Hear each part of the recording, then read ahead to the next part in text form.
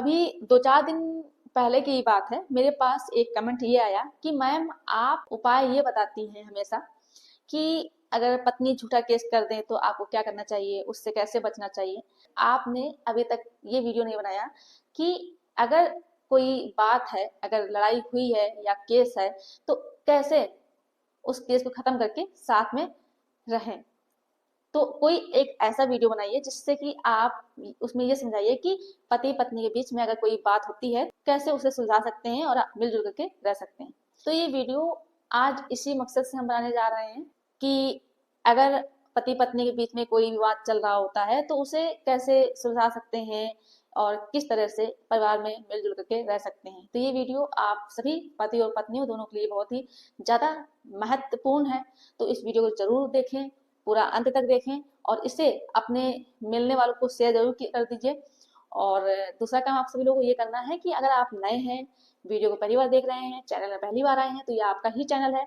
आप इसे सब्सक्राइब जरूर कर दें, साथ में बेल आइकन जरूर दबा दें, जिससे कि हम जो भी नई अपडेट डालें उसका नोटिफिकेशन आपके पास आता रहे और आप लोग जानकारी प्राप्त करते रहें। नमस्कार दोस्तों, मैं एडवोकेट दिव्या, आपका आपके इस यूट्यूब चैनल में स्वागत है। देखिए, आजकल के समय में होता यह है कि पति और पत्नी के बीच में जब भी कोई छोटा सा भी कोई विवाद होता है तो उसमें होता यह है कि पत्नी सोचती है कि हम क्यों झुके, हमने क्या गलती की है जो झुके। पति ने गलती की है, पति मेरे सामने आए माफी मांगे आकर के, और पति सोचता है कि भाई हम तो मर्द हैं, हम कैसे किसी औरत के सामने झुक सकते हैं। वो खुद मेरे सामने आए झुके आकर के, हमसे माफी मांगे आकर के, और हमने गलती की है तब भी हम क्यों झुकेंगे, आखिर मैं पति हूं, और अगर नहीं की है तब तो बात ही खत्म झुकने की। जबकि आप सभी लोग बता दें कि पति पत्नी का जो रिश्ता होता है एक नाजुक डोर से बंधी होती है और एक पवित्र रिश्ता होता है जिसे कि अर्धांगिनी कहा जाता है। तो आप लोगों के बीच में अगर कोई भी विवाद होता है तो आप लोगों को कोशिश ये करना चाहिए कि आप लोग जिस टाइम विवाद हुआ हो उस टाइम आपको थोड़ा सा धैर्य रखना है और शांत हो जाना है। अगर एक पार्टनर गुस्से में है, वो अगर कुछ ज्यादा बोल भी रहा है तो उस टाइम दूसरे पार्टनर को चुपचाप हो जाना चाहिए, शांत हो जाना चाहिए। इसके बाद जब देखे कि सामने वाले पार्टनर का मूड अब ठीक लग रहा है तब उसे अपना आपस में बैठ करके एक अलग रूम में बात करनी चाहिए, और जो भी गलतफहमी हो, जिसकी वजह से गुस्सा आया हो, जिसकी वजह से लड़ाई हुई हो, उस बात को लेकर के अगर गलतफहमी है उसे दूर करें और उसे सुलझाने की कोशिश करनी चाहिए। और अगर मामला काफी गंभीर है और आप दोनों के बीच में बात नहीं सुलझ रही है तो आपको फिर क्या करना चाहिए, दोनों पार्टनर को अपने अपने परिवार वालों को बुला करके, जो माँ बाप है उनको बुलाना चाहिए और उनके साथ बैठ करके जो भी मैट्रिमोनियल डिस्प्यूट हो रहा हो जिसकी वजह से उसे दूर करके रिश्ते को बचाने की कोशिश करना चाहिए, ना कि बिगाड़ने की। कई बार होता भी ऐसा है कि अगर कोई बात होती है तो लोग क्या सोचते हैं, मैं अगर माफी मांगूंगी तो मेरा ईगो हर्ट हो जाएगा। पति सोचता है मैं अपना ईगो हर्ट क्यों करूं, ईगो महत्वपूर्ण है, हमारे रिश्ते से ज्यादा ईगो की महत्ता है। जबकि ऐसा नहीं है। जब कोई रिश्ता होता है तो उस रिश्ते को बचाने के लिए ईगो को साइड में रखना चाहिए, ना कि अपने रिश्ते के बीच में ईगो को आने देना चाहिए। रिश्ता तभी लंबा चलता है अगर आप हर बात पे अपना ईगो सेटिस्फाइड करने लगेंगे या आपत्ति करने लगेंगे तो रिश्ता चल ही नहीं पाएगा। पहले समय में क्या होता था, यही होता था कि जब कोई विवाद होता था तो वो लोग क्या करते थे कि आपस में पहली बात तो सुलझा लेते थे।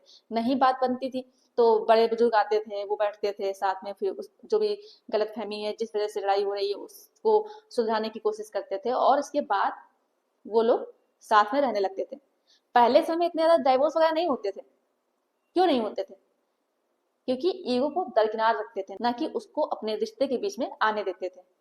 आप लोगों को कोशिश ये करना चाहिए कि आप लोग कोर्ट के दरवाजे तक ना जाएं, क्योंकि अगर आपके बीच में कोई विवाद हुआ है और आप कोर्ट पहुंच गए तो पहली बात तो वहीं पर आपके पार्टनर का जो ईगो है वो हर्ट होता है, और फिर जो प्रेम होता है एक रिश्ते में वो वहीं से ब्रेक होने लगता है। क्योंकि वहां से जो फेथ होता है, जो विश्वास होता है एक दूसरे के प्रति, वो टूटने लगता है। क्यों? क्योंकि आप कोर्ट में पहुंच गए या आपके पति कोर्ट में पहुंच गए। ये लगता है पार्टनर को कि इतनी बड़ी क्या बात थी जिसकी वजह से आप कोर्ट में पहुंच गए, नहीं जाना चाहिए। और जब बात बहुत ज्यादा बिगड़ गई है, जहां पर अब साथ में रहना मुश्किल हो गया है, और अब आप लोगों ने आपस में बात भी कर ली है, तब भी कोई बात नहीं बन रही है, आपने रिश्तेदार बुलाया तब भी कोई बात नहीं बन रही है, और आपके ससुराल वाले बहुत ही ज्यादा आपको प्रताड़ित कर रहे हैं, या आपकी पत्नी आपको बहुत ज्यादा प्रताड़ित कर रही है, अब उसका इरादा है ही नहीं साथ में रहने का, तब तो आप कोर्ट जाइए। अगर आपको प्रताड़ित किया जा रहा है तो हम ये नहीं कहेंगे कि आपको प्रताड़ित किया जाए हद से ज्यादा, तब भी आप प्रताड़ित होते रहें, आप कानून की मदद ना लें। तो कानून तो इसलिए बनाया गया है कि जो लोग प्रताड़ित होते हैं उनको न्याय मिल सके। तो आपको अगर प्रताड़ित किया जा रहा है तब आप जाइए। लेकिन अगर छोटी सी कोई बात है घर में, क्योंकि देखिए चाहे कितना भी अच्छा परिवार हो, हर परिवार में कोई ना कोई छोटी मोटी बातें होती ही रहती हैं।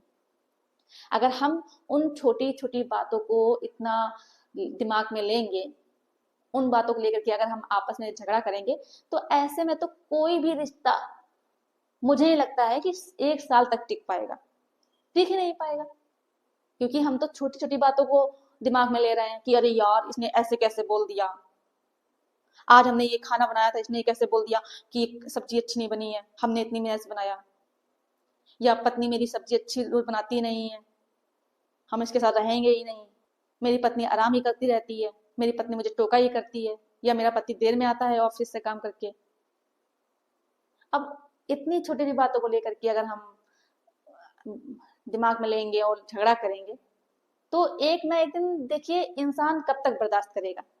कोई सीमा होती है, रोज हम छोटी छोटी बातों को अगर लेकर के झगड़ा करेंगे, तो एक ना एक दिन तो इंसान टूट ही जाएगा ना। फिर वो तो सोचेगा इससे अच्छा भाई हाथ जोड़ते हैं, तुम भैया अपना रास्ता देख लो और हम अपना रास्ता देख लें, नहीं शादी करेंगे दूसरी। तो अगर हम सुकून से अकेले जिएंगे तो ऐसा तो नहीं है कि हम मर मर के जी रहे हैं, घुट घुट के जी रहे हैं, कितना आखिर इंसान बर्दाश्त करेगा।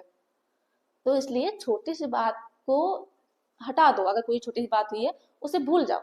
आप लोग लड़ाई करने का बहाना ना ढूंढिए, लड़ाई करने के लिए कोई बात ना ढूंढिए।